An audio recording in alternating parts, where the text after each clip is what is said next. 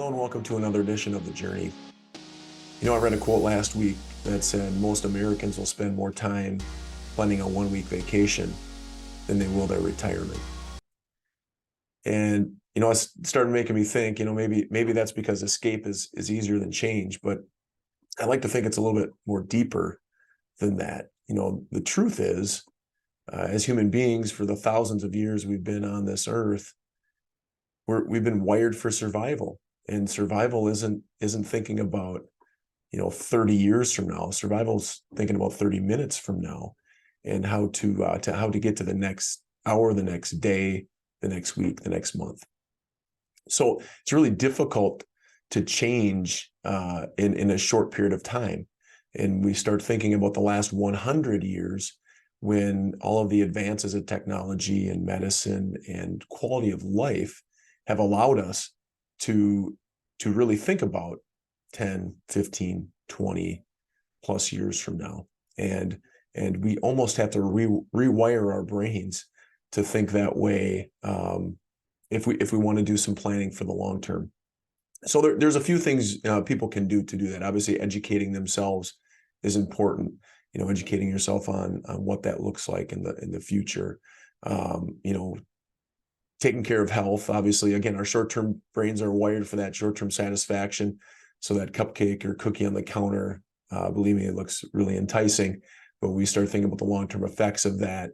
Maybe the short-term rewards don't outweigh the long-term pain that we might feel. We also have to look at just kind of envision ourselves, 10, 20, 30 years from now.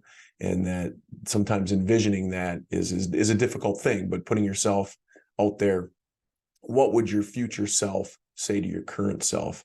I've heard a lot of older clients, older people give me that advice over the years is what would your 80-year-old self tell you? And those are ways you can make some decisions in that moment that we have to. The other thing that we have to take into account is setting some goals, and also rewarding ourselves in the short term.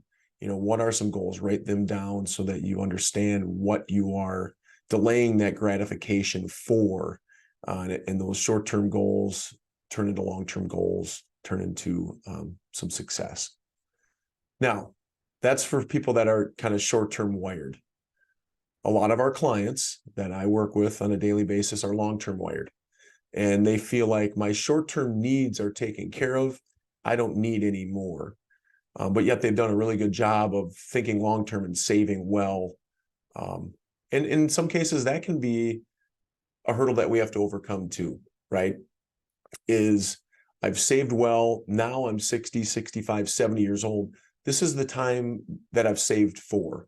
So what are some things that we can do to overcome those things? Because you don't just flip a switch and change your DNA and the way you're wired.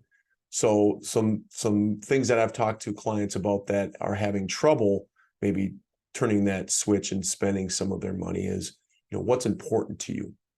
Not what do you need, what do you want, but what's important to you? Because that's what you should be spending your money on, the things that are important to you. And define those things that are important to you, and look for those opportunities to seize that moment and to create some memories with those who you around you who you love. So, there's a lot of great ideas that clients have come up with over the years, taking grandchildren on trips, gifting to their kids because they need it in times of, college, or building a home, or getting married, or just, those early years in life where a little bit extra cash flow is important. So there are things that you can do to overcome the way that you're wired. It just takes a little bit of time to think through, to sit down and kind of define what's important to you on both ends of the spectrum, whether you're short-term brain wired or long-term brain wired. Sitting down, taking some time, talking through it with people, certainly spouse or loved ones, or even financial planners. We have those conversations all the time. So I hope that's helpful. Have a great day, and I'm sure we'll see you soon.